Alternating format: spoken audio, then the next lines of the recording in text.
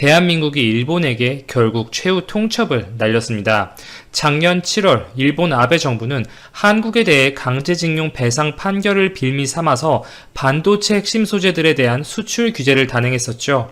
EUV용 포토레지스트, 고순도 불화소, 폴리이미드, 일본 의존도가 높았던 3개의 소재들을 정해서 일본 당국의 개별 승인이 있어야만 수출이 가능하게끔 규제를 가한 것입니다. 그리고 8월에는 수출관리 우대 국가 리스트인 화이트 리스트에서 한국을 제외시키면서 당시 엄청난 이슈가 되었습니다.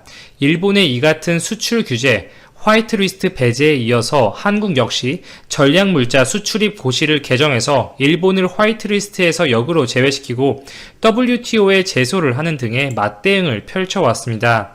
당장 삼성전자와 SK하이닉스가 주저앉을 것처럼 공포파리를 하던 언론들도 있었고 일본 소재 산업의 우수성을 극찬하면서 한국 반도체에 조만간 엄청난 위기가 온다. 그 위기론을 들먹이던 분들도 정말 많았습니다. 그러나 지금 상황은 어떻죠? 뒤에서 자세히 언급을 드리겠지만 일본의 이러한 규제 조치로 오히려 탈일본화, 국산화의 흐름을 자극시켰고 국산화에 조금 시간이 걸리는 부분들은 성공적으로 우회 수입로를 확보해 놓았습니다. 현 상황에서 명백히 아베가 가했던 수출 규제, 화이트리스트 배제 등의 일련의 조치들은 실효성이 없어졌고 오히려 일본의 소재 기업들의 이 삼성과 하이닉스라는 훌륭한 공급처를 차단시키면서 자충수라는 평가를 듣고 있는 것이죠. 일본의 한국에 대한 수출 규제 조치가 10개월이 지나도 풀릴 기미가 없자 결국 우리나라 정부도 일본 측의 공식적인 입장을 밝혀라 공개적인 목소리를 냈습니다. 한국산업통상자원부는 금일 브리핑을 통해서 세계적인 바이러스의 확산 사태로 인해서 국내 경제 상황이 악화되고 있고 기업들의 투자, 활동도 확연히 위축되는 만큼 불필요한 양국 간의 갈등을 끝내고 협력을 강화하자고 촉구한 것인데요. 일본의 수출 규제 조치로 인해서 대일 수입이나 국내 생산에 차질을 빚는 상황은 아니지만 양국 간 무역을 정상화시키기 위해서는 결국 일본이 성의를 보여줄 시기라고 판단한 것으로 보입니다. 작년 7월과 8월 갈등이 극에 달했던 이후 11월 청와대는 한일 군사정보보호협정 지소미아의 종료 유예를 발표했었죠. 그러면서 한국과 일본 양국 간의 수출 통제 제도를 논의하기 위한 고위급 대화를 3년 만에 재개하기로 했습니다. 작년 12월 일본 도쿄에서 한 번 열렸었고 올해 3월에 서울에서 후속 회의가 개최될 예정이었지만 현재 바이러스가 확산되면서 화상회의로 대체가 되었는데요. 이 산업부는 두 번째 회의가 끝난 뒤에 이렇게 이야기를 했습니다. 현안 해결에 기여하기 위한 대화와 소통을 지속해 나가기로 합의를 했다고만 밝혔을 뿐 언제 수출 규제가 풀릴지는 언급하지 않았습니다. 사실상 가시적인 성과가 없었다는 것이죠. 이후에 후속적인 회의를 기약하고 있었지만 바이러스가 미국, 유럽 등의 전 세계적으로 확산되고 있고 실물 경제에 드라마틱한 타격을 주기 시작하면서 한국과 일본 양국의 기업 활동, 무역에 미치는 악영향은 점점 커지고 있는데요. 산업부가 일본 측에서 이번 달까지 수출 현안에 대한 입장을 내어놓으라고 기일을 정해서 최후 통첩을 날린 것도 이번 경제 악화와 무관하다고 보기는 어렵습니다. 당장 일본의 수출 규제로 인한 피해는 제한되고 우리가 잘 극복하고 있는 상황이지만 어찌되었든 바이러스라는 전 세계적인 악재가 닥친 상황이고 언제든지 세컨더리 웨이브, 재창궐의 리스크가 있는 상황에서 적어도 불필요한 불확실성은 제거할 필요는 분명히 있는 것입니다. 그렇다면 일본의 입장은 어떨까요? 그동안 일본 정부가 보여줬던 행태를 보면 여전히 이번 요구에 적극적으로 답할지는 물음표라고 볼 수가 있습니다. 일본이 수출 규제를 가했던 이유, 누가 봐도 그 핵심은 한국 대법원의 강제징용 배상 판결에 대한 불만, 그리고 당시 여러가지 스캔들로 곤혹을 치렀던 아베 총리가 한국 때리기를 실현하면서 자국의 지지층 결집, 즉 지지율을 올리기, 이러한 정치적인 의도가 분명 강했습니다. 그러나 대외적으로는 한국과 일본의 정책 대화가 중단되었다. 이 재래식 무기, 캐치올 통제 미흡, 수출 관리 조직과 인력의 불충분, 이러한 말도 안 되는 부분들을 표면적 명분으로 세웠습니다. 본인들이 제시했던 이 세 가지 부분은 사실상 두 차례의 회의를 통해서 분명 개선이 되었고, 그렇기 때문에 일본이 계속 수출 규제를 유지할 명분은 표면적으로는 없어요. 우리나라의 주장이 이렇고 사실 누가 봐도 제3자가 봐도 이게 맞습니다.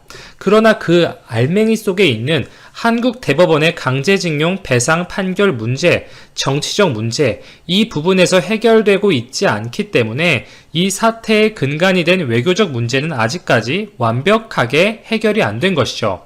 거기에다가 이번 바이러스 사태에 대한 소극적 대응, 초기 대응 실패, 이런 것들로 아베 정권에 대한 신뢰도, 좀 호감도는 갈수록 떨어지고 있는 형국입니다.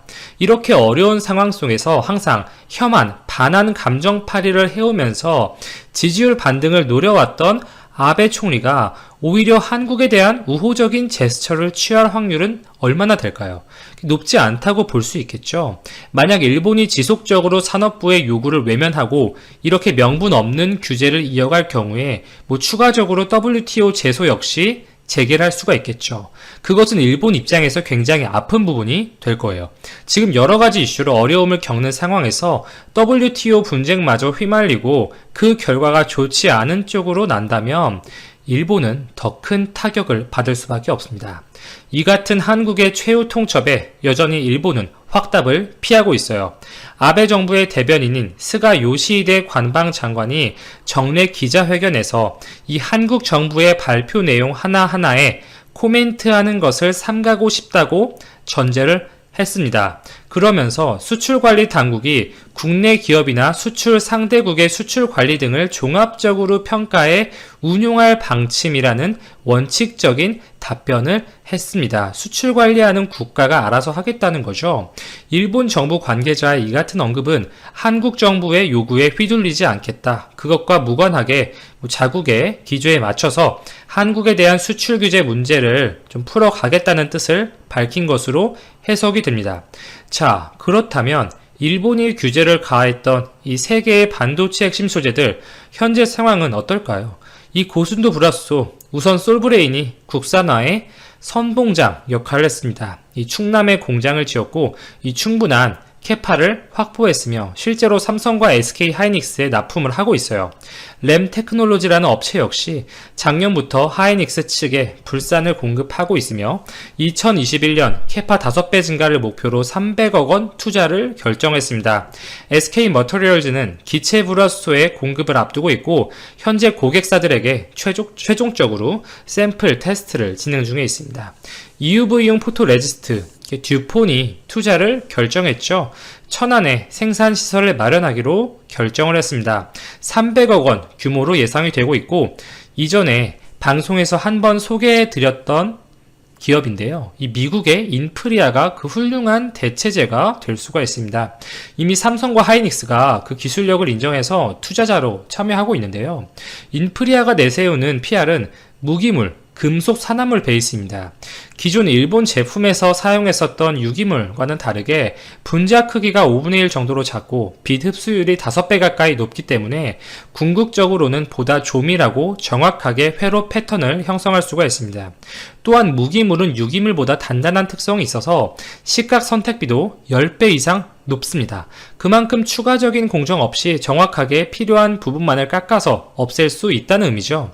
폴리이미드 역시 코오롱 인더스트리와 SKC를 꼽을 수가 있습니다. 코오롱 인더스트리는 이미 중국 업체들의 투명 PI를 수출하고 있고 작년 하반기부터 양산에 돌입해 있습니다. 이렇게 수출 규제가 시행된 10달 동안 한국 정부와 기업들은 탈일본화, 국산화의 가시적인 성과를 내고 있습니다. 당장 가시적인 피해는 크지 않죠. 그러나 바이러스 이슈로 전 세계 경제가 몸살을 앓고 있는 상황이라는 점을 고려한다면, 그리고 일본 정부의 속내를 예단하기가 어렵고 또 어떠한 극단적인 무리수를 들고 나올지 모르기 때문에 일본이라는 불확정성을 제거한다는 의미에서 이번 우리나라 산업부의 최후 통첩 통보는 그 의미가 있을 것으로 보이고요.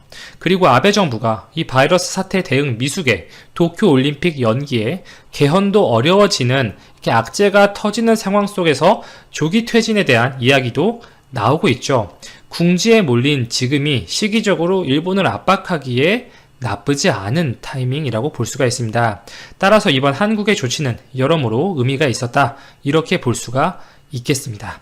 이상 즐거운 라디오였습니다. 오늘도 제 방송을 들어주셔서 진심으로 감사드립니다. 일본은 5월 말까지 수출 규제에 대한 입장을 밝혀라. 일본의 수출 규제 강화 조치가 10개월이 지나도 풀릴 기미가 보이지 않자 지난 12일 결국 한국 정부가 강한 목소리를 냈습니다. 산업통상자원부는 12일 브리핑을 통해 최근 사태로 인해 경제 상황이 악화되고 있으며 기업 활동이 위축된 만큼 불필요한 갈등을 끝내고 양국 간 협력을 강화하자고 촉구했습니다. 그동안 일본 정부는 한국과의 대화를 여러 차례 미뤄왔고 겉으로는 한국 수출 관리 미흡으로 3가지 이유를 들어왔습니다. 하지만 일본이 정말 문제시 삼는 것은 한국의 강제징용 배상 판결에 따른 것으로 보복 조치였습니다.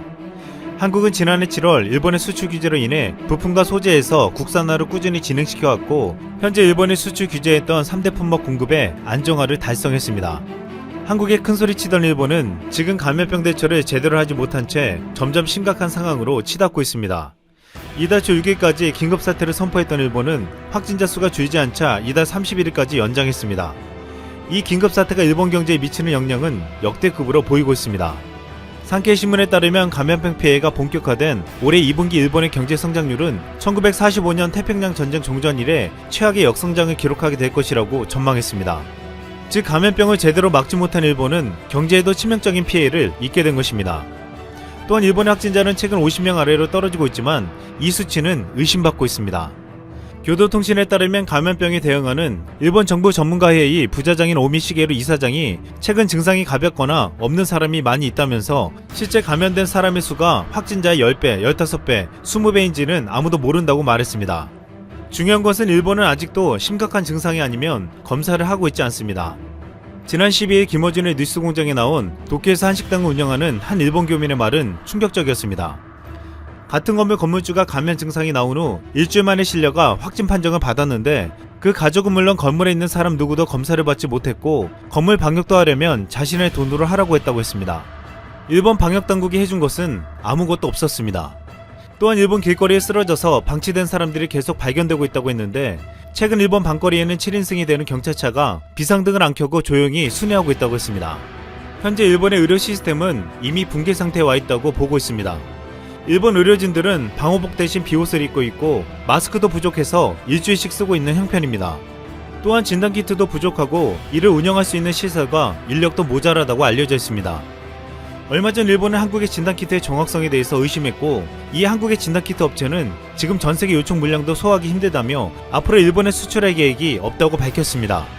일본 정부는 끝내 한국에 도움을 요청하지 않고 있으며 어떤 결과로 치닫게 될지 모르는 상황이 되고 있습니다. 이런 가운데 13일 일본 아사히 신문이 아베 내각이 한국에 대한 수출 규제를 즉각 철회하고 한일 관계를 개선해야 한다고 주장했습니다. 아사히 신문은 감염병에 대한 한국의 경험과 대책이 일본을 포함해 국제사회에서 중요한 사례가 되고 있지만 양국 간의 눈에 띄는 협력이 부족하고 통탄스러운 상황이 계속되고 있다고 했습니다. 그러면서 한국에서는 의료물자를 일본에 보내려는 움직임이 있지만 한국 정부는 일부 시민의 반대 운동을 의식하지 않을 수 없는 상황이라고 했습니다. 이에 일본은 체면에 얽매이지 말고 정보를 공유하고 물자를 서로 융통하면서 위기를 극복해야 한다고 주장했습니다. 이 위기를 오히려 한일 관계 리셋의 계기로 삼으라는 것이었습니다. 결국 국민의 생명이 위태로운 상황에서도 체면만을 지키고 있는 아베를 비판한 것입니다. 한국 정부는 최근 한국전쟁에 참전한 국가의 요청이 있을 경우 마스크를 지원한다고 했습니다. 이에 미국의 요청에 따라 마스크 200만 장을 보낸 데 이어 12일 미국의 6.25 참전 용사를 위한 마스크 50만 장도 보냈습니다. 또한 12일 한국전 참전국 에티오피아에게도 한국산 진단키트 2만 8천여 본을 지원했습니다. 아일랜드도 한국산 마스크 1억 2천만 장을 확보했다며 앞으로 의료진들의 안전을 지키게 됐다고 환호했습니다. 한국은 한때 한국을 도왔던 나라들의 요청에 적극적으로 돕고 있습니다. 지난 6일 일본의 국민 MC 오쿠라 토모아키가 방송에서 한 한마디에 일본의 우익들이 난리가 난 바 있습니다. 그가 한 말은 이것이었습니다. 일본이 한국의 고개를 숙이고 감염병에 대한 대책을 배워야 한다.